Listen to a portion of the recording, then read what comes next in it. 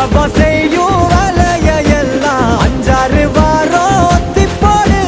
வம்புக்கு யாரும் வந்தாலும் கூட வள்ளலார் போல வணக்கம் போடு. வா சுல்தான் வா சுல்தான் வா சுல்தான் வா சுல்தான் வா.